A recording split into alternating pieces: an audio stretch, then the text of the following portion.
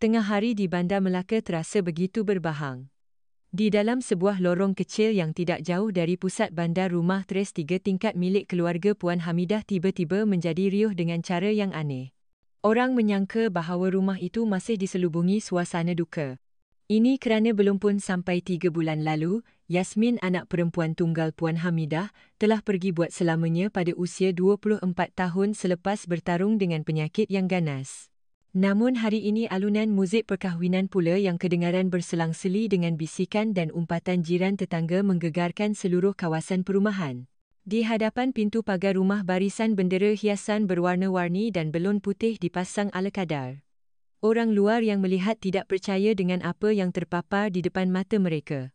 Pengantin perempuannya ialah Puan Hamidah, 50 tahun, ibu kepada arwah Yasmin, kelihatan anggun dalam persalinan gaun berwarna gading dengan wajah yang disolek rapi. Manakala pengantin lelakinya tidak lain dan tidak bukan, ialah David, menantu mat salehnya yang baru berusia 25 tahun, bekas suami kepada Yasmin. Pasangan itu berjalan beriringan keluar di tengah-tengah renungan mata yang terkejut bercampur marah.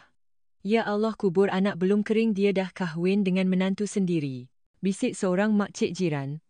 Khabar angin itu merebak pantas seperti api. Ada yang menggelengkan kepala, ada pula yang melontarkan kata-kata kesat. Sudah hilang rasa malu agaknya. Di dalam ruang tamu, Pak Cik Yusof, ayah kepada Puan Hamidah, dengan rambutnya yang sudah memutih dan wajah yang penuh kedutan, duduk kaku seperti patung. Matanya menyala dengan api kemarahan, tangannya menggeletar menahan geram. Dia tidak pernah menyangka akan menyaksikan hari di mana anak perempuannya sendiri bersanding dengan lelaki yang pernah memanggilnya atuk. Pak Cik Yusof meninggikan suara hampir menjerit, "Hamidah, kamu ni dah tak kenal adat dan agama ke Yasmin? Baru saja meninggal kamu buat kerja macam ni, mana nak letak muka depan saudara mara depan orang ramai?" Hamidah memalingkan mukanya. Bibirnya yang bergincu merah diketap rapat, matanya memancarkan keteguhan hati. Dia tahu semua orang memandangnya sebagai pengkhianat, tetapi di dalam hatinya dia percaya ini adalah peluang terakhirnya untuk mencari kebahagiaan. Wanita yang telah bertahun-tahun hidup menjanda, bertahun-tahun hidup dalam kesunyian, kini hatinya terbakar semula di hadapan seorang pemuda yang penuh tenaga. David segak dalam sut kelabu menggenggam erat tangan Hamidah, pandangannya tegas. Dengan suara pelat Melayunya dia berkata dengan yakin, "Saya cintakan Hamidah. Saya nak tinggal di sini dan jaga dia seumur hidup saya." Kata-kata itu membuatkan orang ramai riuh. Ada yang tertawa sinis, ada yang bertambah marah. Beberapa orang saudara mara bangun dan terus pulang, tidak sanggup menyaksikan apa yang mereka anggap sebagai drama memalukan itu. Pak Cik Yusof menghentak tongkatnya ke lantai, air matanya mengalir deras. Dosa ini semua dosa. Di tengah-tengah laungan bisikan dan cacian, majlis perkahwinan itu tetap diteruskan. Hidangan diletakkan di atas meja, air sirap dituang ke dalam gelas, tetapi suasananya begitu berat hingga terasa sesak nafas. Di tingkat atas, gambar arwah Yasmin yang diletakkan di atas sebuah meja kecil masih dihiasi bunga segar. Pemandangan pasangan pengantin baru di tingkat bawah dan potret si mati di tingkat atas bagaikan dua dunia yang bertembung dengan dahsyat, membuatkan sesiapa sahaja yang menyaksikannya berasa seram sejuk. Majlis hari itu menjadi bualan hangat di seluruh pelosok Melaka. Orang menggelarnya sebagai satu skandal, satu penghinaan terhadap adat dan maruah. Tetapi bagi David dan Hamidah, mereka percaya bahawa mereka sedang melangkah ke dalam sebuah kehidupan baru tanpa mengendahkan segala cemuhan. Kisah cinta terlarang ini sejak saat itu telah bermula secara rasmi. Majlis baru sahaja berlalu dan rumah 3 tingkat di Melaka itu langsung tidak meriah seperti majlis perkahwinan biasa. Keesokan paginya, di hadapan pagar rumah Puan Hamidah, sampah sarap, cebisan kertas dan beberapa botol kosong sengaja dilemparkan oleh seseorang bertaburan di halaman. Tulisan sumbang yang diconteng dengan cat semburan merah pada pintu pagar besi membuatkan seluruh keluarga terkejut. Hamidah berdiri kaku, matanya memancarkan kemarahan, tetapi dia cuba menahannya. Dia tahu ini hanyalah permulaan bagi hari-hari yang penuh dengan onak duri. David yang hanya memakai kemeja tee putih menunduk membersihkan setiap cebis sampah tanpa berkata apa-apa. Apabila melihat isterinya terkulai layu, dia mengangkat muka, suaranya yang masih janggal tetapi jelas berkata, "Jangan sedih. Saya akan lindungi awak. Kita hidup untuk diri kita, bukan untuk orang lain." Kata-kata itu melembutkan hati Hamidah tetapi tidak mampu menghapuskan kebimbangan di hatinya. Di luar sana orang ramai rancak bergosip. Warung di hujung lorong hari itu lebih ramai daripada biasa. Seorang wanita separuh umur mencebik anak mati tak sampai 100 hari mak dia dah sambar menantu Mat Saleh buat laki. Tak senonoh betul. Seorang lagi menambah Puan Hamidah tu memang dari dulu macam tu. Bergaya suka orang muda. Sekarang baru nampak belangnya. Mat Saleh tu pula muda dan kacak mana dia nak lepaskan. Kata-kata nistai itu sampai ke telinga Pak Cik Yusuf. Orang tua berusia 70, yang dahulunya lemah lembut tetapi tegas itu kini terasa bagai hatinya ditusuk sembilu. Petang itu dia memanggil anaknya, suaranya bergetar menahan marah. Kau dah malukan aku depan seluruh keturunan Hamidah, nenek moyang kita tak pernah ada cerita kotor macam ni. Kau tahu tak orang sedang mengutuk kita macam mana? Hamidah berdiri di hadapan ayahnya, bibir merahnya cuba mengekalkan ketenangan tetapi hatinya bergelora. Dia menjawab perlahan, ayah, hidup saya dah banyak deritanya. Saya kehilangan suami awal, sekarang kehilangan Yasmin pula. Saya cuma nak hidup jujur dengan diri sendiri. Saya tahu ini salah tapi saya perlukan tempat untuk bergantung. Pak Cik Yusuf menggeletar kerana marah. Dia mengangkat tongkatnya dan menghentakkannya ke lantai. Ini kau panggil tempat bergantung? Dia tu menantu kau. Dia pernah tidur sekatil dengan anak kau. Ya Allah, apa nak jadi ni? David yang terdengar suara kuat bergegas masuk. Dia meletakkan tangan di dadanya cuba menjelaskan dalam bahasa Melayu yang pelat. Pak Cik, saya tahu saya salah tapi saya cintakan Hamidah. Saya betul-betul ikhlas. Tolonglah faham. Pak Cik Yusuf membuntangkan matanya dan menepis tangan David dengan kasar. Pergi dari sini. Aku tak terima cinta jijik macam ni. Jangan panggil aku Pak Cik lagi. Suasana di dalam rumah menjadi tegang hingga sesak nafas. Hamidah memandang David dan melihat ketegasan di matanya. Hatinya mula menaruh keyakinan yang samar-samar bahawa mereka akan dapat melaluinya. Tetapi di luar kata-kata sindiran terus menerjah setiap hari. Ketika ke pasar dia terdengar orang berbisik di belakangnya. Pulang ke rumah ada sahaja surat layang berisi cacian diselitkan di celah pintu. Malam menjelang ketika seluruh bandar sudah sepi, David duduk bersama Hamidah di balkoni. Cahaya lampu kuning menerangi wajah wanita berusia 50 tahun itu yang masih cantik dan memancarkan keanggunan. Hamidah berbisik perlahan, awak menyesal tak David? Kalau esok semua orang tinggalkan kita, awak akan tinggalkan saya juga? David menggeleng, mata birunya bersinar terang dalam kegelapan. Tidak, saya akan berada di sini selamanya. Hamidah tersenyum kecil, senyuman yang angkuh bercampur pahit. Di belakang mereka di atas meja di tingkat 2 gambar arwah Yasmin masih senyap memandang ke bawah mata lembut anak perempuannya yang malang itu bagaikan satu tanda tanya yang tergantung di udara. Adakah cinta ini satu kebahagiaan atau satu dosa? Berita mengenai perkahwinan mengejutkan antara Puan Hamidah dan David tersebar sepantas angin.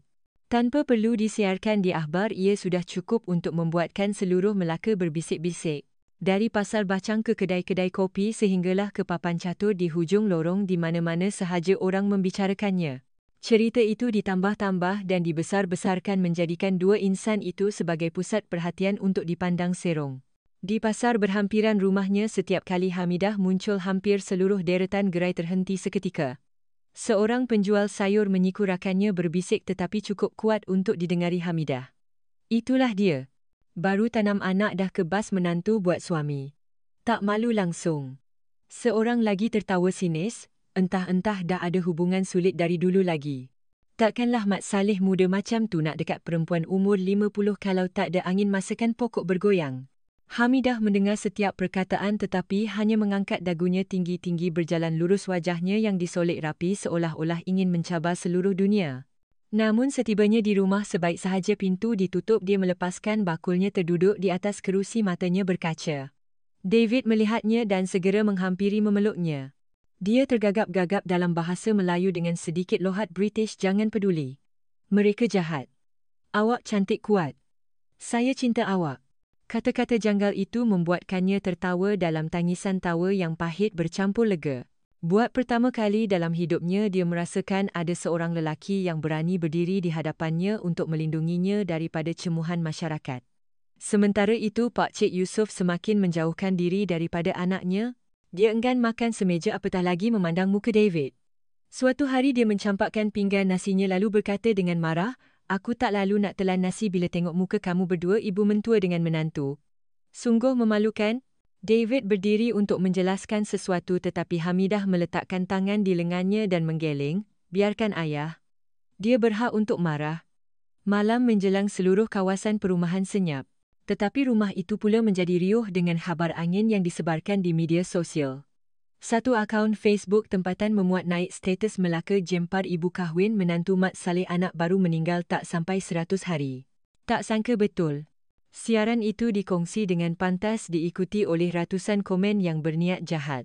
David tidak biasa dengan media sosial di Malaysia tetapi dia cukup faham apabila melihat Hamidah memegang telefon dengan tangan yang menggeletar dan mata yang merah. Dia menggenggam tangan isterinya, suaranya tegas. Tak apa. Kita kena teruskan hidup. Masa akan membuktikan segalanya. Keesokan harinya ketika mereka berdua pergi ke pasar bersama, seseorang sengaja melemparkan botol air ke arah mereka. David pantas melindungi Hamidah. Renungan matanya yang tajam membuatkan sekumpulan remaja itu beredar. Hamidah menggenggam erat tangannya, hatinya dilanda perasaan yang sukar digambarkan, malu, bangga dan pahit. Dalam kegelapan semuhan dua insan itu semakin bergantung antara satu sama lain. Hamidah mula sedar walaupun seluruh dunia membelakanginya, selagi David tidak meninggalkannya, dia masih boleh melangkah ke hadapan. Tetapi di atas meja gambar arwah Yasmin masih bercahaya di bawah lampu kecil seperti satu teguran senyap yang merobek hatinya. Anakku, kalau kau masih hidup, bagaimana agaknya kau akan memandang ibu? Petang itu hujan lebat turun secara tiba-tiba diiringi guruh dan kilat yang sabung-menyabung. Di dalam rumah 3 tingkat itu makan malam berlangsung dalam suasana yang tegang. Pak Cik Yusof duduk di kepala meja, mukanya masam, mencuka, matanya merah. Hamidah mencedok lauk untuk ayahnya tetapi ditepis kasar. Tak payah, aku tak lalu nak makan bila tengok kamu berdua duduk semeja. Suasana menjadi sunyi sepi. David duduk bertentangan, cuba bertenang. Dia menadah tangan, suaranya pelat tetapi tegas.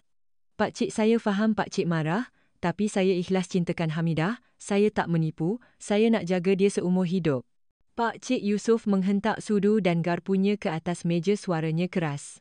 Cinta kau sedar tak Yasmin? Isteri kau tu baru meninggal tak sampai 100 hari. Kau sedar tak keturunan ni akan ditertawakan sampai bila-bila? Itu bukan cinta, itu pengkhianatan, itu dosa. Jeritan ayahnya bagai pisau yang menghiris jantung Hamidah. Dia menggeletar, matanya berkaca. Ayah saya pun menderita. Kehilangan Yasmin merobek hati saya. Tapi saya ni perempuan biasa, bukan batu. Saya perlukan seseorang untuk bergantung. Pak Cik Yusof memotong, suaranya tersekat-sekat. Bergantung? Kau ada ramai saudara mara, ramai kawan-kawan. Kenapa kau pilih juga bekas suami anak kau sendiri? Kau tak rasa jijik ke Hamidah? Kata-kata itu membuatkan Hamidah terdiam, air matanya tumpah. David melihat isterinya begitu tertekan, dia tidak dapat menahan diri lalu bangun, suaranya lebih kuat daripada biasa. Pak Cik, di negara saya cinta tidak dihalang oleh usia. Tiada undang-undang yang melarang. Saya tahu budaya kita berbeza tapi perasaan ini ikhlas. Saya bersumpah. Pak Cik Yusof bangun, tongkat di tangannya dihentak kuat ke lantai, bergema di seluruh ruangan. Aku tak peduli undang-undang mana, aku cuma tahu dalam rumah ni, dalam keturunan ni, perkara ni adalah satu penghinaan. Kalau kamu berdua nak hidup dengan aku, kamu mesti berpisah sekarang juga. Suasana menjadi begitu berat. Di luar hujan mencurah-curah membasahi tingkap. Hamidah menangis teresak-esak, berlari keluar ke beranda, membiarkan rambutnya yang disanggul rapi dibasahi hujan. David mengejarnya, meletakkan jaket di bahunya tetapi Hamidah menepisnya, menekuk muka sambil menangis. Saya dah bersalah pada ayah, pada Yasmin, tapi saya tak boleh berpatah balik. Saya dah cintakan awak, David. Kata-kata itu membuatkan David memegang bahunya erat, berbisik, saya juga. Tiada siapa boleh pisahkan kita. Di dalam rumah, Pak Cik Yusof berdiri memandang melalui pintu belakang, badannya menggeletar. Dia bukan sahaja marah tetapi juga menanggung kesakitan yang tidak terucap. Kehilangan cucu, dan kini kehilangan satu-satunya anak perempuan dalam kancah yang songsang. Hati tuanya seakan tidak mampu menahan kejutan berganda ini. Malam itu Pak Cik Yusof terbaring sendirian di dalam bilik, batuknya tidak henti-henti. Bunyi batuknya bergema seperti pisau yang menghiris hati Hamidah. Dia duduk di dalam biliknya bersama David, mendengar batuk ayahnya sambil air matanya terus mengalir. Di dalam hatinya perkataan dosa tidak henti-henti bergema. Tetapi apabila David menggenggam tangannya, mata biru lelaki itu bersinar dalam kegelapan. Dia merasakan satu kelegaan yang aneh, satu keinginan untuk hidup dengan jujur walau apapun rintangannya. Di luar hujan sudah reda tetapi di dalam rumah itu badai masih belum berakhir. Bulan Jun yang panas terik, bahang mentari Melaka terasa membakar seluruh kawasan perumahan. Di dalam rumah 3 tingkat itu kenangan lama kembali menerjah fikiran Puan Hamidah. Ketika itu Yasmin masih hidup. Wajahnya jernih, tubuhnya langsing, sentiasa ceria di sisi suaminya yang berbangsa asing. Seluruh jiran memuji. Bertuah betul keluarga Hamidah dapat menantu mat saleh muda kacak baik hati pula tu. Ketika David baru menjadi menantunya, Hamidah masih mengekalkan gaya hidupnya yang anggun. Dia gemar berpakaian moden. Baju sutera, skirt labuh, kasut tumit tinggi. Jiran-jiran sering mencebik perempuan umur 50-an tapi bergaya mengalahkan anak sendiri. Dia hanya tersenyum, tidak mengendahkannya kerana jauh di sudut hatinya dia benci perasaan menjadi tua dan ingin mengekalkan keremajaannya sedaya upaya. Pada mulanya David memanggilnya mak dengan sebutan yang masih janggal. Tetapi Hamidah perasan ada sesuatu yang aneh pada pandangan mata pemuda itu. Semasa makan bersama, pandangan David bukan sahaja tertumpu pada Yasmin tetapi kadang-kadang singgah sekilas padanya. Cukup pantas tetapi cukup untuk membuatkan jantung wanita itu berdebar. Pernah sekali Yasmin pergi ke Kuala Lumpur atas urusan kerja, meninggalkan David bersama ibunya di rumah. Malam itu bekalan elektrik terputus, seluruh rumah gelap gelita. Hamidah terhuyung-hayang mencari lilin dan hampir terjatuh, tetapi David pantas menyambutnya. Tangan sasa pemuda berusia 23 tahun itu menyentuh lengannya. Sentuhan yang tidak disengajakan itu membuatkan Hamidah gemetar. Dalam cahaya lilin yang malap, dia perasan mata biru David merenungnya dari jarak yang sangat dekat. "Mak okey?" tanya David, suaranya risau tetapi pandangan matanya menyimpan sesuatu yang sukar ditafsirkan. Mak okey," jawab Hamidah perlahan lalu cepat-cepat berpaling untuk menyembunyikan mukanya yang terasa panas. Malam itu Hamidah tidak dapat tidur, jantungnya berdegup kencang seperti gadis remaja yang baru jatuh cinta. Dia terkejut dengan dirinya sendiri. Apa yang aku fikirkan ni, dia suami anak aku. Tetapi perasaan terlarang itu menjadikan semuanya lebih mendebarkan. Pada waktu lain ketika mereka makan bersama, David tanpa sedar akan menuangkan air untuknya, terlebih dahulu menarik kerusi untuknya atau bertanya, "Mak, makan sedap tak?" dengan suara pelatnya. Yasmin hanya tertawa. "Ambil berat betul abang ni, macam anak sendiri." Tetapi hanya Hamidah yang faham di sebalik setiap perbuatan itu ada satu perhatian yang melebihi batas sebagai seorang menantu. Suatu petang Hamidah sedang menyiram bunga di balkoni memakai blaus sutera yang mengikut bentuk badan ditiup angin. David yang berada di halaman bawah mendongak dan terpegun, seketika pandangannya tertumpu lebih lama daripada yang sepatutnya. Apabila Hamidah menyedarinya, mukanya menjadi merah dan dia bergegas masuk ke dalam rumah. Tetapi hatinya dilanda perasaan bersalah bercampur teruja. Jurang usia 25 tahun antara seorang wanita matang dan seorang pemuda menjadi satu tarikan yang aneh. Hamidah tahu ini tidak sepatutnya berlaku, tetapi semakin dia cuba mengelak, semakin marak api di dalam hatinya. Dan David entah bagaimana tidak dapat menyembunyikan getaran di hatinya terhadap ibu mentuanya. Kemudian pada hari Yasmin jatuh sakit, seluruh keluarga menumpukan perhatian kepadanya. David sentiasa berada di sisi katil isterinya, tetapi setiap kali dia keluar dari bilik dengan keletihan, matanya akan mencari Hamidah. Dalam detik-detik singkat itu, dua hati bergetar dengan emosi yang sama yang terpaksa dipendam. Dan apabila Yasmin meninggal dunia, penghalang terakhir akhirnya lenyap. Api yang membara selama ini meletus menjadi satu cinta yang terlarang yang menjadi penyelamat, dan pada masa yang sama kesakitan yang tidak dapat disembunyikan.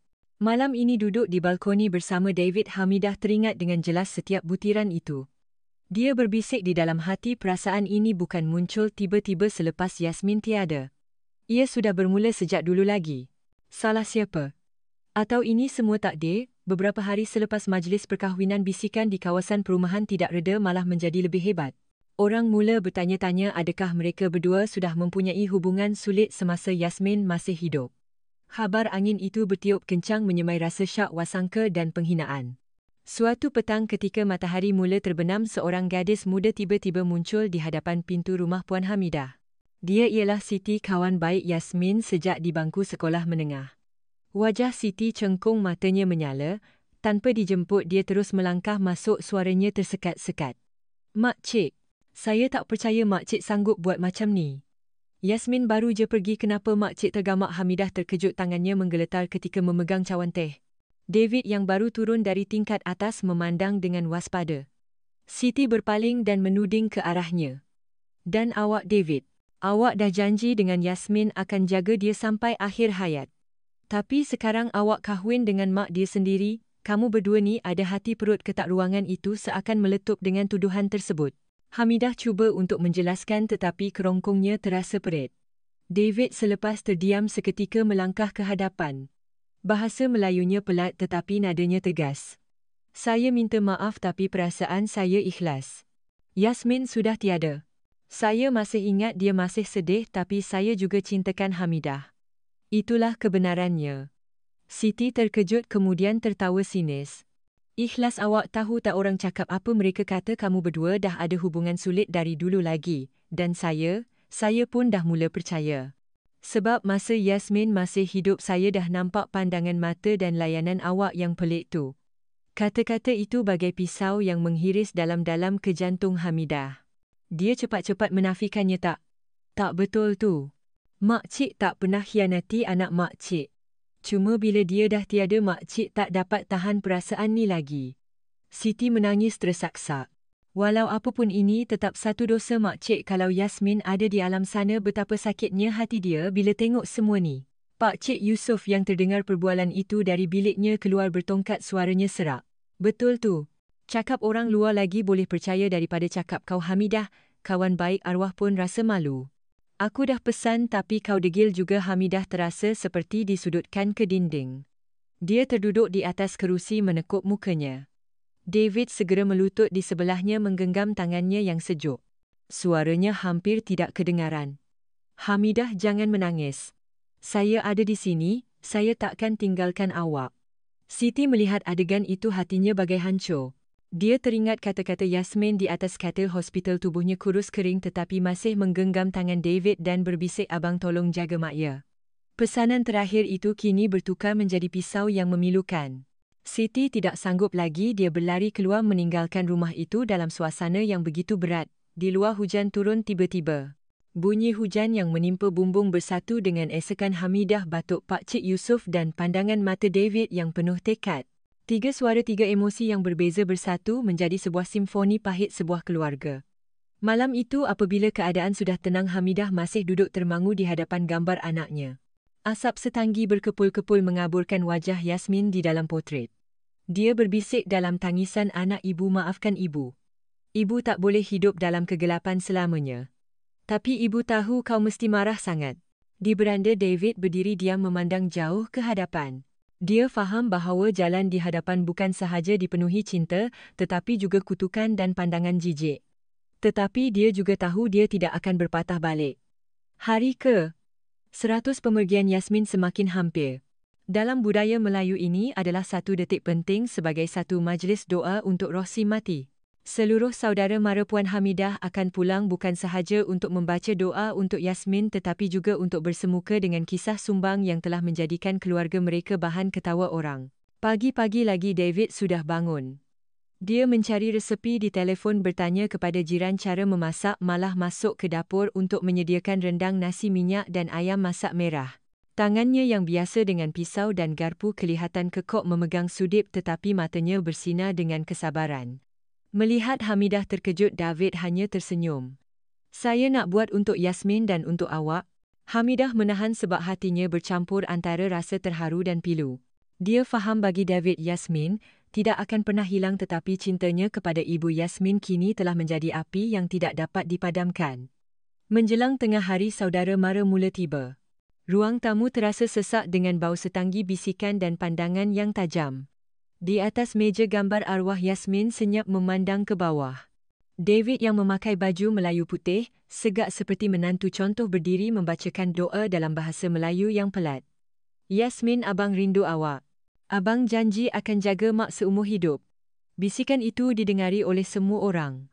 Seorang makciknya segera menggelengkan kepala berbisik kepada orang di sebelahnya tetapi cukup kuat untuk didengari satu rumah. Dengar tu dia panggil Hamidah mak tapi berjanji nak jaga seumur hidup. Tak senonoh betul, seorang pakcik saudara Yasmin mukanya merah menahan marah tidak dapat menahan diri lalu bangun. David, kau ni buat apa hari ni? Kenduri arwah Yasmin, bukan hari untuk kau tunjuk cinta songsang kau ni. Suasana menjadi tegang. Hamidah segera berdiri di hadapan David, matanya penuh kebanggaan. Dia tak menunjuk apa-apa. Dia sedang jalankan tanggungjawab. Selama 20 tahun ni, siapa antara saudara mara yang pernah masak untuk ayah saya? Siapa yang ada di sisi Yasmin setiap hari pada penghujung hayatnya? Kamu semua cuma datang untuk kenduri lepas tu balik. Tapi dia jaga saya jaga rumah ni. Suaranya yang lantang dan tegas membuatkan semua orang terdiam. Tetapi kesunyian itu hanya bertahan beberapa saat sebelum bisikan kembali kedengaran. Anak baru meninggal dah kahwin dengan ibu mentua, tanggungjawab apa? Itu nafsu namanya. Keturunan ni akan malu sampai bila-bila. Pak Cik Yusof keluar dari bilik dalam bertongkat, wajahnya berkerut menahan marah. Dia memandang anaknya, suaranya bergetar. Hamidah, kau buat aku mati perlahan-lahan. Pada hari kenduri arwah cucu aku, kau biarkan seluruh kaum keluarga saksikan benda yang memalukan ni. Aku malu dengan nenek moyang. Mata mengalir di pipi Hamidah tetapi dia tidak berpaling. Dia berdiri tegak, matanya basah tetapi bersinar. Ayah, saya faham kesakitan ayah. Tapi hidup saya yang tentukan. Saya dah korbankan seluruh usia muda saya untuk suami dan anak. Sekarang saya tak nak mati dalam kesunyian. Kalau cinta ini satu dosa, biarlah saya tanggung dosa ni asalkan saya dapat hidup dengan jujur sekali ini.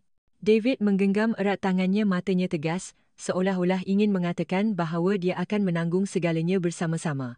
Tetapi harga pilihan ini bukan sahaja pandangan benci saudara mara tetapi juga parut dosa yang akan sentiasa ada di dalam hati. Terutamanya apabila asap dari gambar Yasmin terus berkepul seperti satu teguran yang tidak terucap. Hari itu hidangan kenduri dijamah dalam senyap, hanya kedengaran bunyi sudu berlaga dengan pinggan. Tetapi di sebaliknya api kemarahan, kebencian dan sedikit simpati terus membara. Keluarga itu sejak hari itu secara rasminya telah melangkah ke dalam sebuah badai.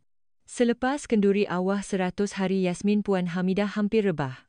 Jiwanya tertekan ditambah pula dengan cemuhan yang tidak henti-henti membuatkan tubuhnya semakin lemah.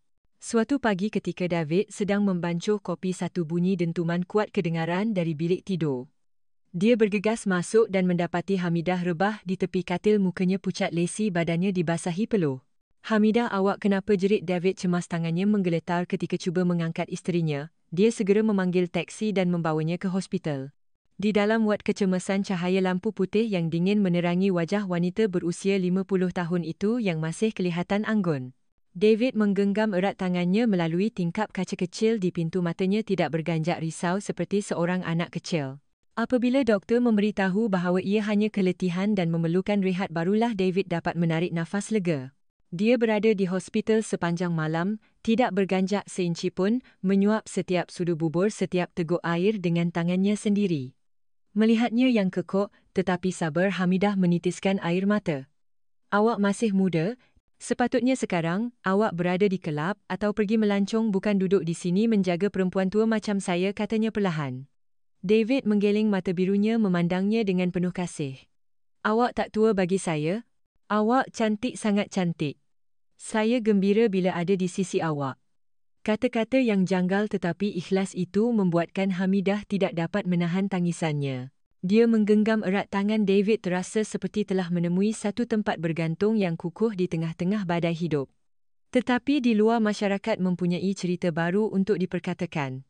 Dengar cerita Puan Hamidah masuk hospital. Tahu siapa yang jaga menantu Mak Saleh tulah. Siang malam berkepit di katil. Meluat betul tengok. Kubur anak belum kering, dia dah syok dengan mak mentua. Ya Allah, mana perginya adab khabar angin itu merebak pantas. Ada juga yang sempat menangkap gambar David memapah Hamidah pulang dari hospital lalu memuat naiknya ke media sosial dengan kapsian yang menyindir contoh menantu Mithali zaman sekarang. Komen-komen jahat menyusul. Jijik sumbang mahram memalukan kaum wanita pulang ke rumah melihat Hamidah masih lemah. David memapahnya naik ke bilik dan menyelimutkannya dengan cermat. Pak Cik Yusof berdiri di tangga, matanya merah. Dia tidak berkata apa-apa, hanya berdehem beberapa kali sebelum berpaling masuk ke biliknya. Dia faham bahawa perasaan menantu asingnya itu ikhlas, tetapi semakin ikhlas semakin sakit hatinya bagai dihiris. Malam itu Hamidah berbaring menyandar pada bahu David. Di luar tingkap angin bertiup sejuk. Dia berbisik perlahan, kalau bukan sebab awak mungkin saya dah lama rebah. Tapi David, boleh ke kita lalui semua ni sampai ke penghujungnya? Seluruh dunia menentang kita. David menunduk dan mengucup lembut tangannya berbisik. Selagi awak mahu, saya akan terus berjalan bersama awak sampai bila-bila. Dalam kegelapan asap dari gambar arwah Yasmin masih berlegar seperti satu igawan yang tidak akan pernah meninggalkan rumah itu. Tetapi pada saat itu bagi Hamidah, kelemahannya bertukar menjadi peluang untuk cinta dan ikatan antara dua insan yang berbeza usia ini menjadi lebih kuat walaupun di luar sana seluruh dunia sedang menjerit dan mengutuk. Tengah hari itu cuaca di Melaka panas membahang. Puan Hamidah yang baru pulih selepas beberapa hari di hospital dipujuk oleh David untuk keluar ke pasar berhampiran bagi mengambil angin. Mereka berjalan beriringan tidak ubah seperti pasangan suami isteri biasa. Lelaki muda yang tinggi lampai di sisi wanita yang berpakaian anggun cuba menyembunyikan kedutan usianya di sebalik solekan. Namun seluruh pasar seolah-olah bergejolak. Pandangan mata yang penuh rasa ingin tahu jijik dan sinis tertumpu pada mereka. Seorang penjual ikan dengan lantang bersuara cukup kuat untuk didengari seluruh pasar. Tengok tu ibu mentua ke isteri, lupalah. Isteri kepada menantu, tak pernah aku tengok drama murahan macam ni, gelak tawa kedengaran dari beberapa lelaki di warung berhampiran. Seorang menyindir Mat Saleh ni kononnya moden rupanya suka barang rai juga. Perempuan tu pula agaknya dah gila bayang dekat orang muda. Muka Hamidah menjadi pucat, langkahnya terhenti, tangannya mencengkam lengan David. Hatinya bagai dirobek oleh penghinaan di khalayak ramai. David tergamam, wajahnya yang putih bertukar merah menahan marah. Dia berpaling, mata birunya menyala, suaranya berat tetapi jelas. Kamu semua tak ada hak nak hina kami, ini isteri saya cintakan dia, kami tak kacau hidup sesiapa. Seluruh pasar senyap untuk beberapa saat sebelum bisikan kembali kedengaran lebih hebat lagi. Seorang penjual sayur mencebik. Cinta-cinta dengan ibu mentua pun kau panggil cinta dekat sini, benda macam ni namanya sumbang memalukan. Suasana menjadi tegang. Beberapa orang remaja berkumpul tertawa sambil merakam video dengan telefon. Hamidah dalam ketakutan cuba menarik David pergi tetapi dia tetap kaku di situ, tangannya digenggam erat. Seorang lelaki tua jiran mereka melangkah ke hadapan. David, aku nasihatkan kau kalau kau masih nak tinggal dengan dia bukan setakat kena kutuk saja. Orang takkan biarkan kau senang. Seluruh keturunan ni, seluruh taman ni akan anggap kau macam pesalah. David memandang tepat, suaranya tegas. Saya tak peduli. Budaya kita lain. Di negara saya cinta itu bebas. Saya takkan tinggalkan Hamidah. Takkan sekali-kali. Kata-kata itu bergema di tengah-tengah pasar, seperti satu cabaran tetapi dibalas dengan cacian yang lebih teruk. Baliklah negara kau. Jangan malukan orang Melayu. Perempuan umur 50. Tak sedar diri gatal Hamidah tidak tahan lagi, dia menekuk muka dan menangis teresak-esak. David segera menariknya keluar dari pasar, matanya berkilauan kerana marah. Setibanya di hujung lorong, Hamidah rebah, seluruh tubuhnya menggeletar. Saya tak tahan lagi David. Mereka bunuh saya dengan kata-kata mereka, katanya tersekat-sekat. David melutut di sebelahnya, memeluknya erat, suaranya parau tetapi tegas. Jangan takut, saya ada di sini. Awak isteri saya. Kita akan lalui semua ni. Dari jauh beberapa pasang mata memerhati, bercampur antara simpati dan hina. Tetapi bagi David pandangan itu tidak lagi bermakna. Dia tahu badai ini baru sahaja bermula dan dia faham bahawa cinta yang dipertahankannya ini akan berdepan dengan cabaran yang lebih besar baik daripada keluarga mahupun masyarakat. Rumah mereka sejak itu menjadi seperti duri dalam daging bagi seluruh kawasan perumahan. Setiap bisikan, setiap jelingan bagai pisau gaib yang menusuk luka yang belum sembuh. Tetapi di tengah-tengah kegelapan itu, dua insan ini semakin erat berpegangan tangan, menganggap satu sama lain sebagai satu-satunya tempat bergantung. Selepas insiden di pasar, kisah Puan Hamidah dan David bukan lagi sekadar bisikan. Ia telah menjadi topik utama dalam kalangan saudara mara. Seluruh keturunan baik dari sebelah arwah suaminya mahupun sebelah keluarganya sendiri gempar. Ada yang mengutuk, ada yang bersimpati dan ada yang hanya mahu menjauhkan diri supaya tidak terpalit sama. Suatu petang yang berbahang, Pak Cik Yusof memutuskan untuk mengumpulkan semua saudara mara terdekat di rumah pusaka di hujung jalan. Rumah kayu 3 bilik yang antik itu kini penuh sesak, udaranya berat dengan bau kemenyan dan bisikan. Pak Cik Yusof duduk di tengah bertongkat, tubuhnya tua tetapi matanya masih tajam. Di sebelahnya gambar arwah Yasmin sengaja dibawanya dan diletakkan di atas sebuah meja sebagai satu peringatan yang menyakitkan. Apabila Hamidah dan David melangkah masuk, seluruh rumah serentak memandang dengan pandangan yang sinis, hina dan sedikit kasihan. Hamidah gementar tetapi David tetap menggenggam tangannya, melangkah lurus ke hadapan.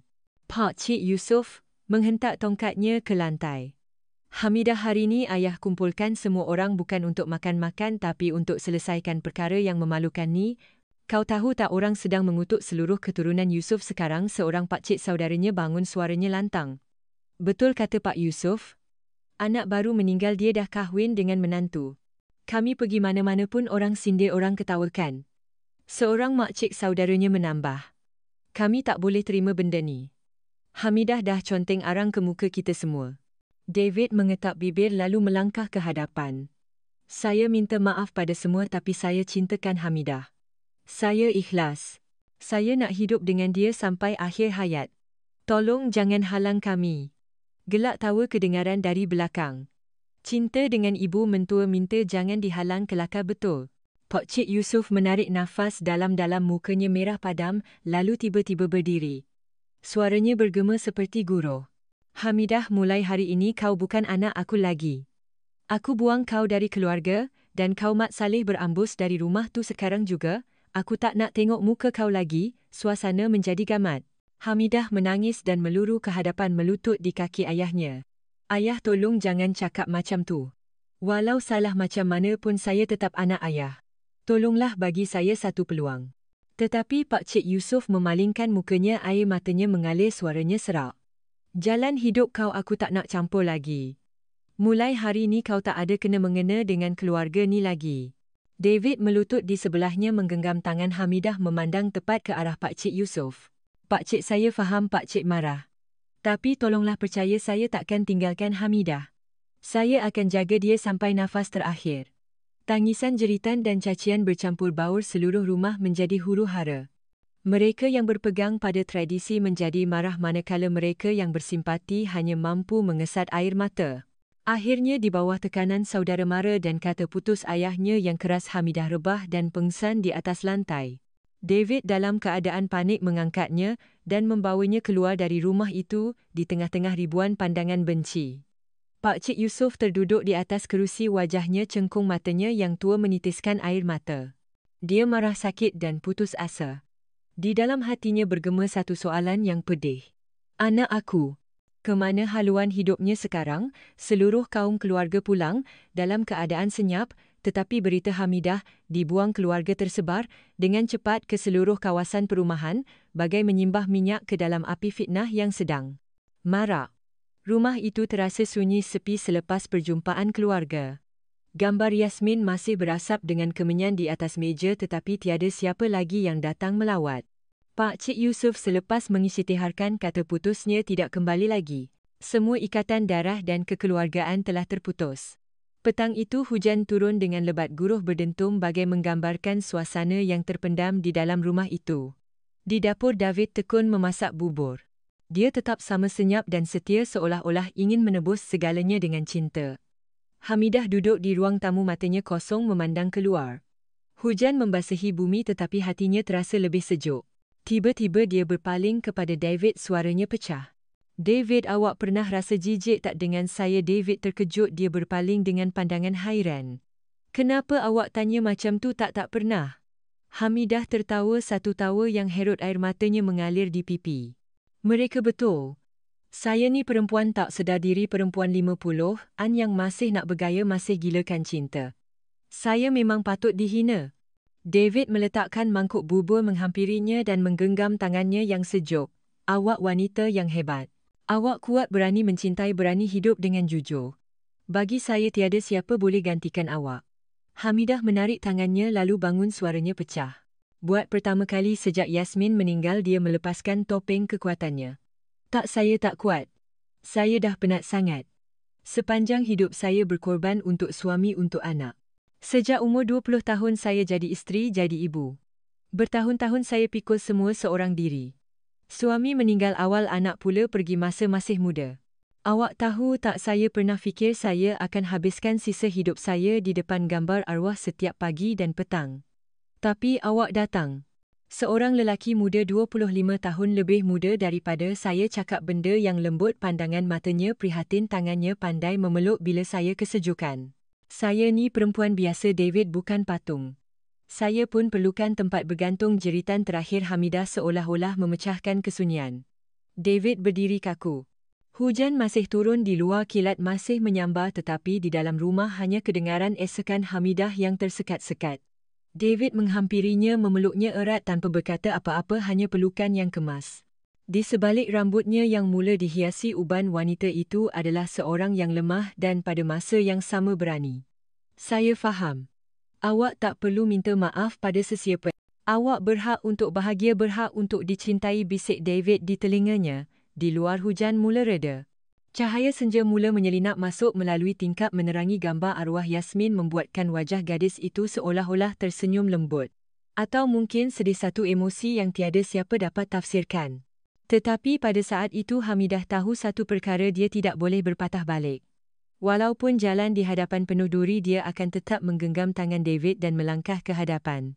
Demi cinta, demi seorang wanita yang akhirnya berani untuk hidup demi dirinya sendiri. Malam itu selepas pertengkaran yang penuh air mata, rumah itu menjadi sunyi. Bunyi jam bandul di ruang tamu kedengaran seperti setiap detik mengetuk hati. Hamidah duduk di balkoni tingkat 2, matanya kosong memandang ke jalan yang lengang. Cahaya lampu jalan menerangi bahunya yang kecil. David naik dari bawah membawa sebuah kotak baldu berwarna merah. Dia menghampirinya, pandangannya lebih serius daripada biasa. Hamidah, suaranya kedengaran masih pelat tetapi berbeza. Saya dah lama nak cakap benda ni, tapi hari ni saya tak boleh tunggu lagi. Hamidah mengangkat muka, matanya merah. Sebelum sempat dia berkata apa-apa, David sudah melutut dengan sebelah kaki. Tindakan itu mengejutkannya, jantungnya berdegup kencang. Dia membuka kotak itu, di dalamnya ada sebentuk cincin perak yang ringkas berkilauan di bawah cahaya lampu. Suaranya bergetar tetapi setiap perkataan jelas. Sudikah awak jadi isteri saya? Saya tahu seluruh dunia menentang kita, tapi saya tak takut. Saya nak panggil awak isteri secara rasmi. Saya nak seluruh dunia tahu awak wanita saya. Hamidah terdiam. Pada saat itu semua kenangan kembali. Kematian Yasmin, pandangan hina saudara mara, kutukan jiran, hentakan tongkat ayahnya, semuanya berpusu-pusu di dalam hatinya. David, awak sedar tak apa yang awak buat ni? Katanya menggeletar. Kalau saya terima, saya akan jadi orang yang dikutuk oleh seluruh masyarakat. Keluarga kampung semua dah buang saya. Saya akan hilang segalanya. David memandang tepat ke matanya, mata birunya bersinar dengan keyakinan. Saya takkan biarkan awak hilang apa-apa. Awak ada saya. Asalkan awak setuju, kita ada segalanya. Hamidah menangis teresak-esak. Separuh hatinya ingin mengangguk, separuh lagi menjerit kerana rasa bersalah. Di dalam fikirannya gambar Yasmin muncul, seolah-olah bertanya, ibu, kenapa dia cuba menolak kotak cincin itu? Tetapi David menggenggam tangannya erat, suaranya tersekat-sekat. Hamidah, beranilah. Sekali ini saja. Pilihlah untuk hidup demi diri awak sendiri. Pada saat itu angin meniup masuk menggerakkan langsir putih. Bayang-bayang mereka berdua jatuh ke lantai bertindih. Hamidah menarik nafas dan dalam esakan dia berkata, awak gila David. Tapi saya pun dah gila. Saya setuju. Cincin itu disarungkan ke jarinya. Hamidah memandangnya dengan perasaan takut bercampur bahagia. Jantungnya berdegup kencang seperti gadis yang pertama kali bercinta. Tetapi sejurus selepas itu bunyi batuk yang kuat kedengaran dari dalam bilik. Pak Cik Yusof telah mendengar segalanya. Dia muncul di pintu balkoni bertongkat, wajah tuanya dibasahi air mata, suaranya serak. Aku dah hilang cucu, sekarang hilang anak. Sekarang kau nak bunuh aku pula ke? Hamidah tergamam. David masih menggenggam tangannya, tetapi di dalam hati Hamidah pertarungan antara cinta, dosa dan tanggungjawab mencapai kemuncaknya, mencipta satu rasa yang begitu pahit. Di dalam rumah itu tiada siapa yang dapat tidur malam itu. Satu lamaran telah bertukar menjadi pisau, menghancurkan ketenangan yang sedia rapuh dan menolak semua orang ke dalam satu pertarungan tanpa jalan pulang. Malam itu batuk Pak Cik Yusof berlarutan, seolah-olah ingin merobek paru-parunya. Dia menggeletar melangkah keluar ke balkoni di mana David masih berlutut dengan cincin di jari Hamidah. Matanya yang tua berkaca tetapi suaranya bergema seperti tukul. Hamidah, aku dah tak ada apa nak cakap lagi. Mulai saat ni kau bukan anak aku, kau dah jual maruah kau pada syaitan. Hamidah menangis dan meluru memegang lengan ayahnya. Ayah, jangan cakap macam tu, saya tetap anak ayah. Cuma, saya tak boleh hidup sunyi selamanya. Saya perlukan seseorang. Pak Cik Yusof menepis tangannya, mukanya merah padam. Seseorang? Dan kau pilih menantu kau sendiri. Aku lebih rela tengok kau hidup seorang sampai mati daripada tengok kau dengan dia panggil satu sama lain suami isteri. David berdiri, suaranya bergetar tetapi tegas. Pakcik, saya faham pakcik terluka, tapi saya ikhlas. Saya cintakan Hamidah. Saya janji akan jaga dia, takkan biarkan dia menderita. Pakcik Yusof berpaling, matanya bagai membakar. Kau diam, janji kau tak ada makna. Anak aku meninggal sebab percayakan kau. Sekarang kau pijak-pijak kubur dia dengan apa yang kau panggil cinta pada mak dia. Ada lagi benda yang lebih hina dari ni. Suasana menjadi begitu berat. Di luar, salakan anjing bergema menambah kekecohan di dalam rumah yang sudah bergelora. Hamidah rebah melutut, air matanya membasahi pipi. Ayah, saya sanggup tanggung semua dosa. Tapi tolong jangan buang saya. Kalau ayah buang saya, macam mana saya nak hidup? Pakcik Yusof terdiam seketika, tangannya menggeletar. Kemudian dia mengeluh satu keluhan yang seolah-olah mengeringkan seluruh tenaganya. Aku sendiri terseksa, Hamidah. Tapi aku tak ada pilihan. Biar putus sekali daripada kau heret seluruh keturunan ni ke dalam lumpur. Kata-kata itu bagai pisau yang menikam terus ke jantung Hamidah. Dia menekuk muka dan meraung, seluruh tubuhnya menggeletar kerana putus asa. David meluru memeluknya berhadapan dengan Pakcik Yusof, suaranya tersekat-sekat. Pakcik boleh benci saya, boleh halau saya, tapi tolong jangan bunuh dia dengan cara ni. Dia anak pakcik, darah daging pakcik. Pakcik Yusof berpaling, air mata jatuh di wajahnya yang penuh kedutan. Dia melangkah masuk ke biliknya bertongkat, meninggalkan kesunyian yang menyeramkan di belakangnya. Malam itu Hamidah pengsan dalam pelukan David. Dia membaringkannya di atas katil, menyelimutkannya dan duduk diam di sebelahnya. Di dalam kepala David terbayang gambar arwah Yasmin, mata lembutnya seolah-olah bertanya, abang betul-betul bahagia ke bila jadikan ibu sebagai isteri abang? Keesokan paginya Pakcik Yusof senyap-senyap mengemas sebuah beg pakaian dan menumpang di rumah saudaranya. Dia tidak menoleh ke belakang, tidak meninggalkan sebarang pesanan.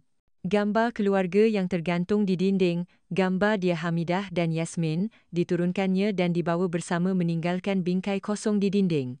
Apabila David dan Hamidah bangun dan melihat paku kosong di dinding itu, mereka berdua terdiam. Hamidah menangis rebah di bahu David. Saya dah betul-betul kehilangan ayah. Saya dah tak ada sesiapa lagi selain awak. David memeluknya erat, matanya tegas tetapi hatinya berat. Dia tahu sekarang mereka telah sampai ke satu jalan yang tidak boleh berpatah balik. Jalan yang hanya ada mereka berdua keseorangan di tengah-tengah dunia yang membelakangi mereka. Selepas berhari-hari hidup dalam ketegangan, David membuat satu keputusan berani, mereka mesti mendaftarkan perkahwinan. Baginya cinta yang hanya sekadar tinggal bersama tidak ubah seperti bersembunyi. Dia mahu pengiktirafan undang-undang, mahu seluruh masyarakat tahu bahawa hubungannya dengan Hamidah adalah sah. Pagi itu langit melaka, kelabu awan rendah seolah-olah menandakan hujan akan turun. Hamidah memakai baju kurung baldu berwarna merah, hati wajahnya disolek rapi untuk menyembunyikan lingkaran gelap di bawah matanya. David memakai kemeja putih dan seluar selek menggenggam erat tangannya. Mereka melangkah masuk ke pejabat agama Islam daerah. Sebaik sahaja mereka muncul, seluruh pejabat menjadi riuh dengan pandangan ingin tahu. Seorang pegawai muda berbisik kepada rakannya. Bukan ke tu Puan Hamidah dengan menantu Mat Saleh dia yang kecoh satu taman tu? Kadi yang bertugas, seorang lelaki separuh umur berkaca mata merenung mereka lama. Dia mengeluh, meletakkan pen dan berkata dengan suara yang serius. Kami dah dengar cerita tuan dan puan. Betul ke nak berkahwin? Puan Hamidah dah 50 tahun, encik pula baru 25. Dan yang lebih penting, encik pernah jadi suami kepada anak puan. Pejabat menjadi senyap. Orang awam yang lain turut berhenti untuk melihat dengan pandangan tajam. David mengeratkan genggamannya, matanya bersinar. Dia mengangguk, suaranya pelat tetapi tegas. Ya, kami bercinta. Undang-undang syariah pun tak melarang. Tolong daftarkan kami. Kadi itu berkerut dahi meneliti kitab dan peraturan dengan teliti. Memang benar tiada fasal yang secara terang-terangan melarang seorang lelaki mengahwini bekas ibu mentuanya selepas kematian isteri. Ia satu kes yang sangat jarang berlaku, janggal dari segi adat tetapi tidak salah dari segi hukum. Dia mengangkat muka memandang Hamidah. Puan yakin puan sanggup tanggung malu seumur hidup? Hamidah mengetap, bibir matanya bergetar seketika tetapi kemudian dia mengangguk dengan tegas. Saya yakin. Saya nak hidup jujur dengan hati saya. Satu tanda tangan dibuat. Seluruh pejabat menjadi riuh dengan bisikan. Tak percaya betul, sumbanglah macam ni habislah Melaka. Apabila dua keping sijil nikah diletakkan di atas meja, David mengambilnya dengan tangan yang menggeletar, matanya berkaca. Dia menunduk dan mengucup lembut tangan Hamidah di hadapan semua orang. Seorang wanita yang sedang menunggu giliran tidak dapat menahan diri. Anak baru meninggal dah jadi suami isteri dengan menantu. Memalukan betul. David berpaling, matanya tegas, suaranya lantang. Kami tak kacau sesiapa. Kami cuma nak hidup bahagia. Siapa nak kutuk-kutuklah. Tapi kami takkan berpisah. Hamidah berdiri di sebelahnya walaupun hatinya gemetar, wajahnya memancarkan kebanggaan. Seketika dia seperti menemui semula dirinya yang dulu seorang wanita yang berani mencintai, berani mengambil risiko tanpa mengira pandangan orang. Melangkah keluar dari pejabat memegang sijil nikah yang masih baru, Hamidah terasa seperti seluruh bandar sedang memerhatikannya. Ada pandangan benci, ada pandangan simpati, tetapi ada juga beberapa pandangan kagum yang tersembunyi. David memeluknya di tengah-tengah perkarangan pejabat, berbisik, "Sekarang kita dah betul-betul suami isteri." Hamidah menangis dan memeluknya erat. Separuh hatinya dipenuhi kebahagiaan, separuh lagi masih diselubungi bisikan yang menyakitkan. "Yasmin, di mana pun kau berada, maafkan ibu." Hari itu kisah menantu mengahwini ibu mentua secara rasminya mendapat pengesahan undang-undang. Berita itu tersebar sepantas kilat membuatkan masyarakat semakin bergelora. Bagi kebanyakan orang ia adalah bukti cinta yang gila. Bagi David dan Hamidah ia adalah tiket untuk satu perjalanan baru. Perjalanan yang mereka tahu akan penuh dengan cabaran. Hari pernikahan Puan Hamidah dan David akhirnya tiba. Ia bukanlah satu majlis yang gilang gemilang dengan bunga api, tetapi hanya satu upacara kecil di dalam rumah 3 tingkat di tengah-tengah Bandar Melaka. Beberapa puluh kerusi plastik disusun di halaman, beberapa hidangan ringkas dan beberapa jambangan bunga yang dibeli ala kadar. Tetapi kesederhanaan itu tidak mengurangkan keriuhan. Sebaliknya ia menjadikan majlis itu sebagai satu pentas terbuka untuk seluruh kawasan perumahan.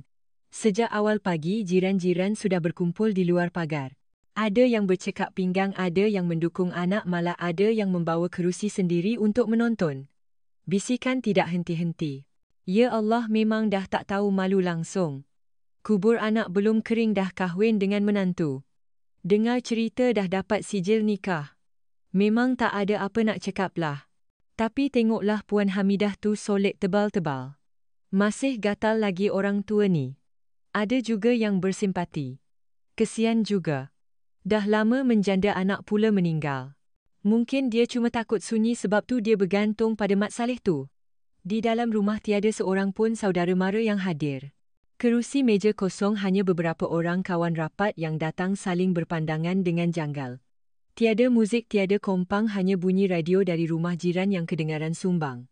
David memakai sut hitam, wajahnya tegang tetapi matanya bersinar. Dia menggenggam tangan Hamidah dan membawanya ke tengah-tengah ruang. Hamidah memakai gaun putih ringkas yang disewa dari sebuah butik kecil. Wanita berusia 50 tahun itu cuba tersenyum, tetapi di sebalik jincu merah jantungnya berdegup kencang kerana risau dan malu. Ketika David menunduk untuk menyarungkan cincin, satu gelak tawa sinis kedengaran dari luar pagar. "Hah, ibu mentua jadi isteri. Drama terbaik tahun ni." Beberapa orang mengeluarkan telefon membuat siaran langsung di media sosial. Serta-merta ratusan penonton masuk komen membanjiri. "Jijik seluruh dunia, patut tengok lawak jenaka ni, Melaka gempar lagi." Pada saat itu Hamidah goyah ingin melarikan diri, tetapi David menggenggam tangannya erat, memandang matanya dalam-dalam dan berbisik, "Jangan takut. Ini majlis kita. Yang penting awak ada." Air mata menitis di hujung mata Hamidah mencairkan maskaranya. Dia mengangkat kepala memandang David lalu mengangguk perlahan. Mereka berdua menyarungkan cincin secara rasminya menjadi suami isteri. Tepukan tangan yang jarang-jarang kedengaran dari beberapa orang kawan lemah seperti ditiup angin. Di luar, kutukan dan gelak tawa menjadi lebih kuat. Di satu sudut seorang kanak-kanak bertanya kepada ibunya, "Mak, kenapa Pak Cik Mat Saleh tu kahwin dengan nenek?" Ibunya tergesa-gesa menariknya pergi, mukanya merah padam kerana malu. Selepas majlis berakhir, apabila tetamu yang tidak ramai itu pulang, Hamidah terduduk di atas kerusi, kakinya menggeletar. David melutut di hadapannya, meletakkan tangan di atas lututnya, suaranya parau. "Hamidah, mulai hari ini saya suami awak. Walaupun seluruh dunia mengutuk, saya akan tetap ada di sini." Hamidah mengangguk dalam esekan. Separuh hatinya dipenuhi kebahagiaan yang senyap, separuh lagi dipenuhi ketakutan yang berlapis-lapis. Dia tahu sejak saat ini hidupnya secara rasmi telah berubah haluan ke satu arah yang tiada jalan pulang. Di luar, jiran-jiran masih belum bersurai, mereka terus bergosip dan tertawa. Majlis pernikahan hari itu tiada kemeriahan, hanya meninggalkan satu rasa yang pahit. Kebahagiaan dua insan dibayar dengan penghinaan seluruh komuniti. Beberapa hari selepas perkahwinan, rumah 3 tingkat Puan Hamidah tetap terang benderang seperti biasa, tetapi suasananya sudah berbeza.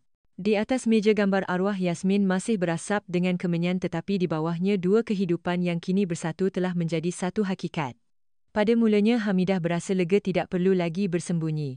Setiap pagi, David bangun awal menyediakan sarapan untuknya.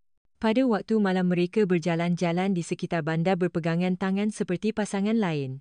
Ada ketikanya dia terasa seperti kembali ke usia 30-an das, dan hatinya berdebar hanya kerana satu pandangan atau kata-kata janggal daripada suaminya yang muda. Tetapi hidup tidak selalunya indah. Sejak hari pertama melangkah keluar dengan cincin di jari, Hamidah terpaksa menahan pandangan tajam dan bisikan yang sengaja dikuatkan. Itu dia pasangan ibu menantu. Geli tengok, anak di bawah tanah, mak di atas berseronok dengan suami baru. Dah tak ada adab. Banyak malam dia berbaring membelakangi David menangis dalam diam. David akan memeluknya dari belakang berbisik dengan suara pelatnya, "Jangan menangis. Saya ada." Lama-lama mereka akan diam juga. Hamidah hanya tersenyum pahit, tahu bahawa luka yang ditinggalkan oleh kata-kata orang tidak mudah sembuh. Pernah sekali mereka pergi ke pasar raya. Sekumpulan remaja melintas sengaja bersiul dan menjerit mencampur adukkan bahasa Melayu dan Inggeris. "Oh my God, mother-in-law becomes wife," gelak tawa mereka yang kasar membuatkan muka Hamidah merah padam. Dia cuba menarik David pergi, tetapi David berpaling dan memandang tepat ke arah mereka, suaranya lantang. "Kami tak buat salah. Cinta bukan satu jenayah." Ketegasan David membuatkan Hamidah berasa bangga bercampur kasihan. Dia tahu suaminya muda dan kuat, tetapi kerana terlalu muda dia tidak faham sepenuhnya betapa beratnya tekanan masyarakat di Malaysia di mana adat dan maruah seringkali lebih penting daripada cinta. Di dalam rumah kegembiraan dan kesedihan silih berganti. Pada waktu pagi David belajar bahasa Melayu dengannya tertawa apabila salah sebut. "Saya cinta awak banyak-banyak." Hamidah tertawa menyentuh pipinya seketika melupakan segala masalah. Tetapi sejurus kemudian apabila membuka telefon dan melihat artikel baru di media sosial bertajuk "Kisah Sumbang di Melaka", hatinya kembali pedih. Ratusan komen membanjiri. "Jijik memalukan wanita Melayu, Pak Cik Yusof masih tidak pulang."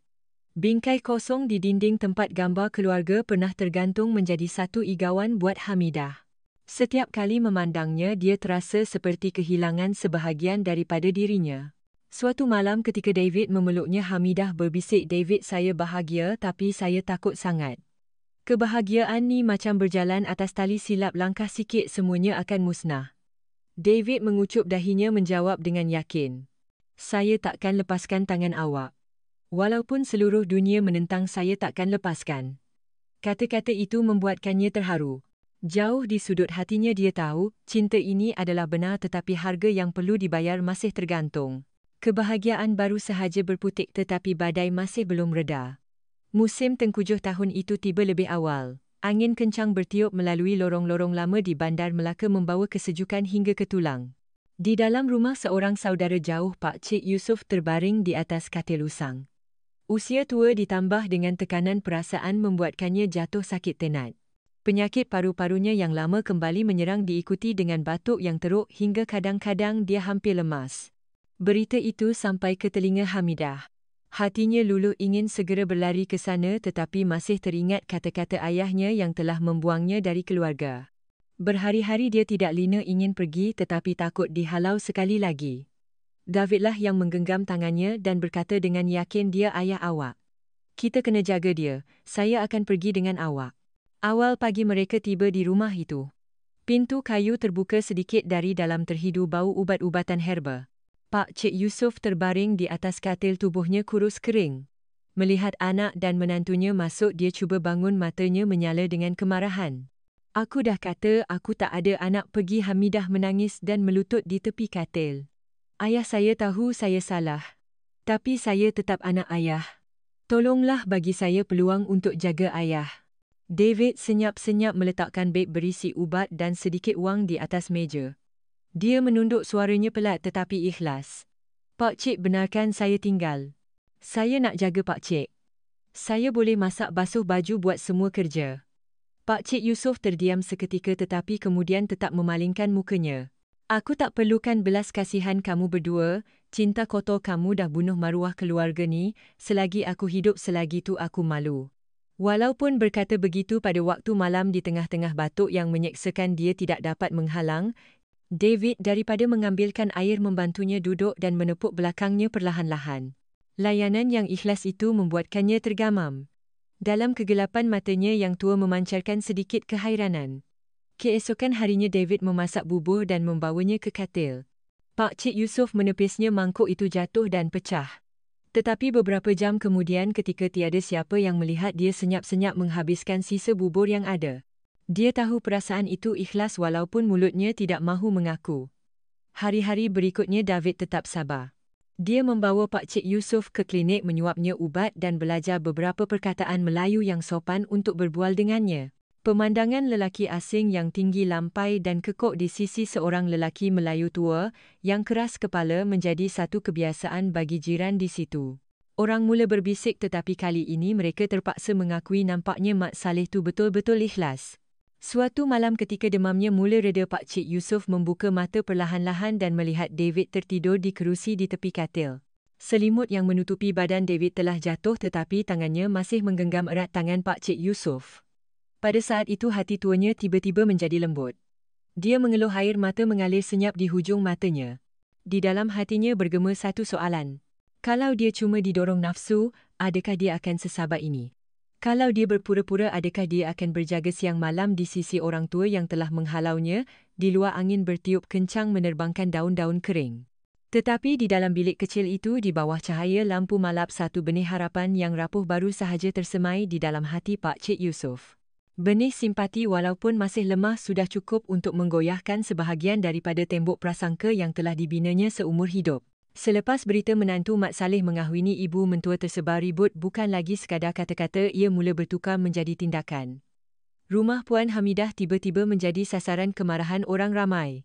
Suatu pagi, ketika David baru membuka pintu untuk membeli sarapan, sebiji batu tiba-tiba melayang ke arah pagar diikuti dengan jeritan. Orang sumbang. Berambus dari sini. David terkejut tetapi orang yang membaling batu itu sudah hilang di selekoh jalan. Di pintu pagar besi terdapat satu lekukan yang dalam. Di bawahnya sekeping kertas yang renyuk bertulis mati kamu berdua dengan dakwat merah. Muka Hamidah pucat lesi, seluruh tubuhnya menggeletar. David, mereka nak bunuh kita. David memeluknya, matanya menyala, suaranya pelat tetapi tegas. Tidak. Saya akan lindungi awak, tiada siapa boleh cederakan awak. Tetapi kejadian itu tidak berhenti di situ. Petang itu sekumpulan remaja berkumpul di hadapan pagar minum-minum sambil menjerit. Woi, David kahwin dengan mak mentua syok, tak boleh kongsi tips, gelak tawa dan bunyi tin kosong yang dibaling ke jalan kedengaran riuh. Hamidah menutup langsir, matanya merah. Ya Allah, mereka jadikan kita bahan jenaka. David tidak tahan lagi, dia meluru keluar, suaranya keras. Cukup, pergi dari sini, jangan duduk depan rumah saya lagi. Kumpulan itu semakin galak. Dengar tu menantu Mak Saleh dah marah, siapa lagi berani kahwin mak mentua selain dia seorang daripada mereka, dengan berani menconteng dinding rumah dengan cat semburan merah, Abi Melaka. Malam itu seluruh rumah sunyi sepi. Hamidah duduk memeluk bantal di ruang tamu, matanya kosong, asap kemenyan dari gambar Yasmin berlega-lega seperti satu tuduhan gaib. Dia berkata dalam esakan, David, saya tak tahan lagi. Setiap hari macam ni. Silap-silap mereka bunuh saya.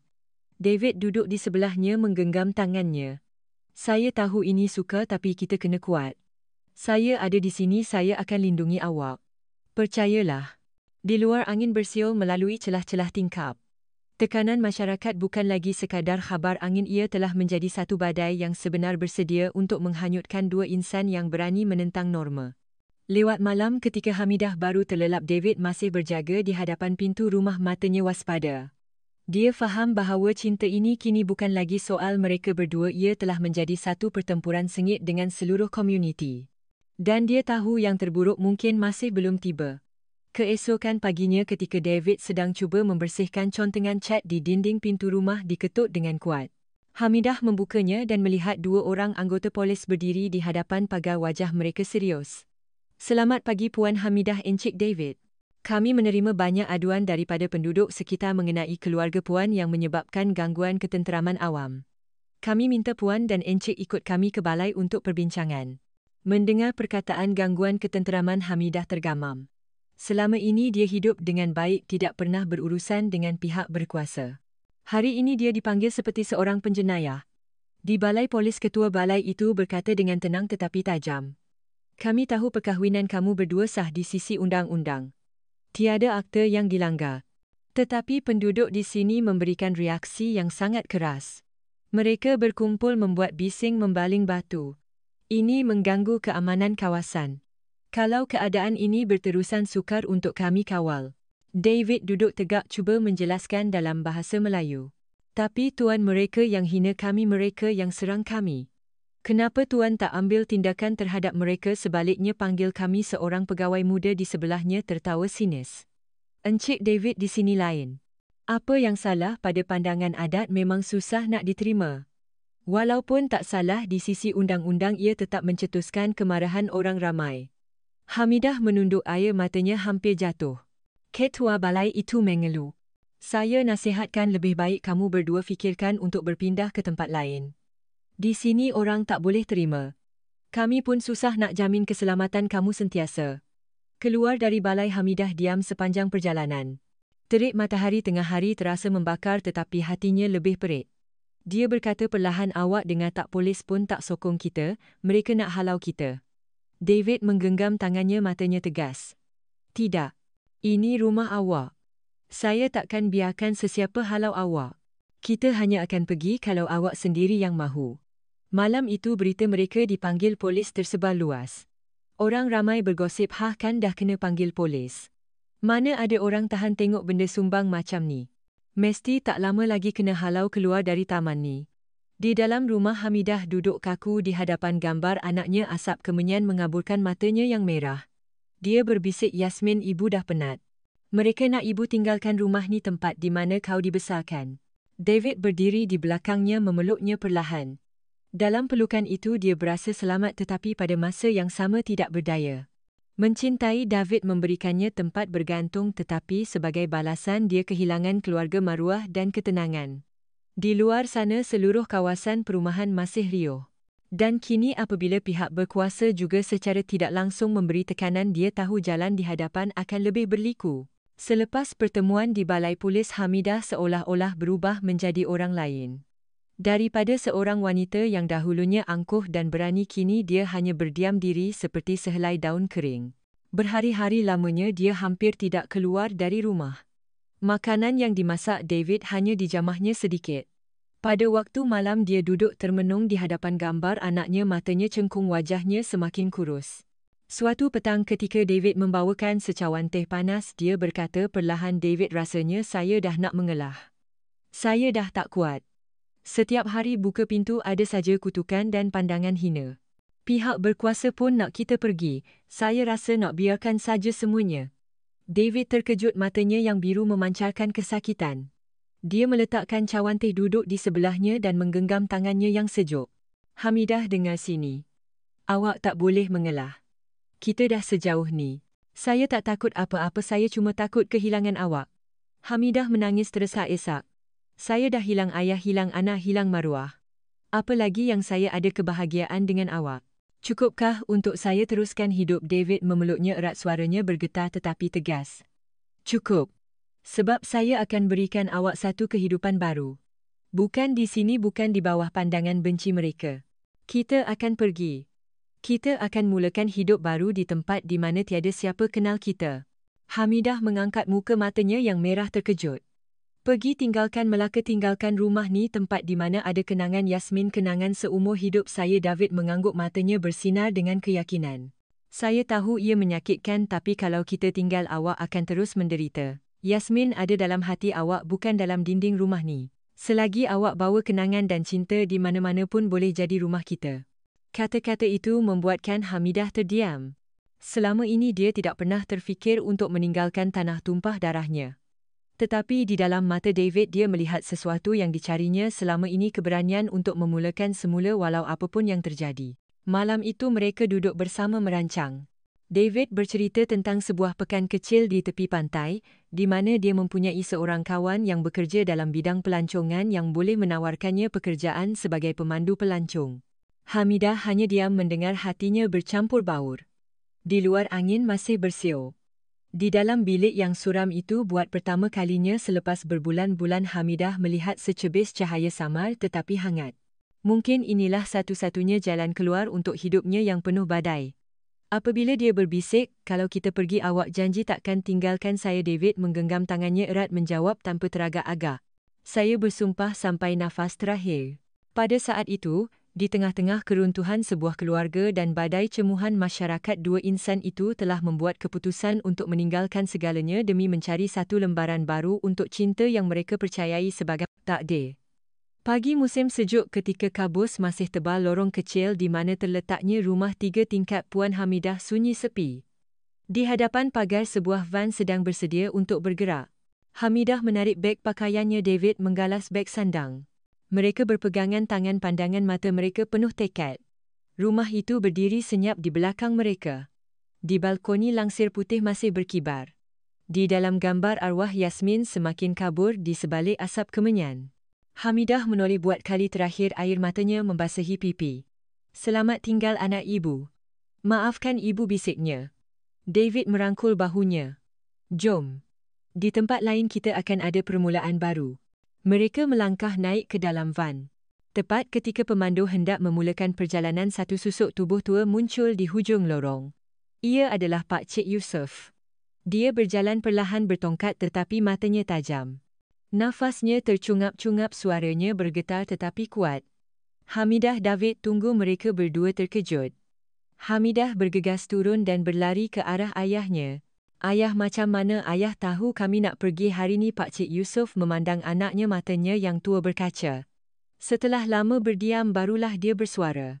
"Aku dah dengar cerita. Apa saja boleh tersebar di taman ni. Aku terlalu keras, terlalu berkasar. Aku tak boleh terima apa yang kamu berdua buat, tapi aku juga tak sanggup tengok anak aku merempat di tempat orang." Tanpa dipinta, Hamidah menangis teresak-esak memeluk ayahnya. "Ayah, saya tahu saya salah. Saya cuma nak hidup dengan jujur sekali ini saja. Kalau ada kehidupan lain, saya janji akan jadi anak yang baik. Tapi dalam hidup ni saya tak boleh berpatah balik." Pak Cik Yusof mengesat air matanya, tangannya yang menggeletar memegang tangan David, suaranya tersekat-sekat. "Aku tak maafkan, tapi aku nampak kau ikhlas. Aku cuma harap kau pegang janji kau jaga dia sampai akhir hayat. Kalau satu hari nanti kau sakitkan hati dia sampai mati pun, aku takkan maafkan." David menunduk hormat, suaranya tegas. "Saya janji. Saya takkan tinggalkan Hamidah." Pak Cik Yusof berpaling kepada anaknya mengusap rambutnya yang mula beruban. "Pergilah. Hiduplah baik-baik. Jangan bagi orang ketawakan kita lagi. Aku tetap ayah kau walaupun dah berapa kali aku buang kau." Kata-kata itu bagaikan cahaya yang menembusi kegelapan. Hamidah meraung melutut memeluk kaki ayahnya, tetapi Pak Cik Yusof hanya menolaknya perlahan sebelum berpaling dan berjalan pergi bertongkat. Susuk tubuhnya yang bongkok hilang di sebalik kabus pagi. Van mula bergerak. Hamidah duduk di sebelah David memeluk erat sapu tangan ayahnya, air matanya jatuh tetapi bibirnya mengukir senyuman. Di sebelahnya David menggenggam erat tangannya, matanya bersinar seperti api di tengah musim sejuk. Di luar tingkap Bandar Melaka semakin jauh ketinggalan. Di dalam hati Hamidah rasa bersalah dan kebahagiaan bersatu. Jalan di hadapan masih tidak menentu, tetapi sekurang-kurangnya dia tahu ayahnya tidak sepenuhnya membuangnya. Satu babak kehidupan telah berakhir, satu babak baru bermula. Mereka membawa bersama cinta, harapan dan satu luka yang mungkin tidak akan pernah sembuh untuk mencari kebahagiaan di ufuk yang baru. Kisah gegar Melaka menantu Mat Saleh kawini ibu mentua berakhir bukan sahaja dengan pemergian mereka dari kampung halaman, tetapi juga dengan parut yang tidak akan pernah benar-benar sembuh di hati setiap watak. Tetapi apabila ditelusuri kembali, di sebalik segala kekecohan dan kutukan tersimpan banyak pengajaran yang mendalam tentang cinta keluarga dan masyarakat. Pertama, ia adalah tentang kesunyian seorang wanita pertengahan usia. Puan Hamidah bukan sekadar seorang wanita yang gilakan lelaki muda seperti yang dicemooh orang. Jauh di dalam dirinya tersimpan pengorbanan usia mudanya untuk suami dan anak. Bertahun-tahun lamanya dia hidup dalam kegelapan sebagai seorang balu. Apabila anak perempuannya satu-satunya harapan terakhirnya pergi, dia jatuh ke dalam kekosongan yang tidak terhingga. Pada saat itulah seorang pemuda dengan keikhlasannya telah menyentuh kekosongan itu. Walaupun cinta ini bertentangan dengan norma, ia mencerminkan satu keinginan yang sangat nyata, keinginan untuk dicintai, untuk berkongsi rasa dan untuk bersandar pada sebuah bahu. David pula mewakili keremajaan, keberanian dan keinginan untuk melindungi. Dia berani menentang prasangka, berani mengisytiharkan cintanya tanpa mengira pandangan hina dalam sebuah masyarakat yang amat mementingkan adat dan maruah. Dia adalah seorang yang melawan arus. Tetapi kerana itulah dia menzahirkan satu kebenaran yang mudah cinta di mana-mana pun sentiasa datang dari hati. Dia mungkin salah kerana tidak meletakkan dirinya dalam konteks budaya negara ini, tetapi dia benar kerana tidak pernah menipu tentang perasaannya. Pak Cik Yusof adalah cerminan generasi lama yang memandang tinggi maruah keluarga melebihi kebahagiaan peribadi. Dia menentang marah dan membuang keluarga, tetapi pada saat-saat akhir dia tetap tidak dapat memutuskan sepenuhnya ikatan darah antara ayah dan anak. Kesakitannya juga adalah kesakitan ramai ibu bapa apabila melihat anak-anak mereka melanggar norma. Mereka marah kerana sayang mereka membuang di bibir, tetapi di dalam hati tetap berdarah. Masyarakat dalam cerita ini pula muncul sebagai cermin yang kejam.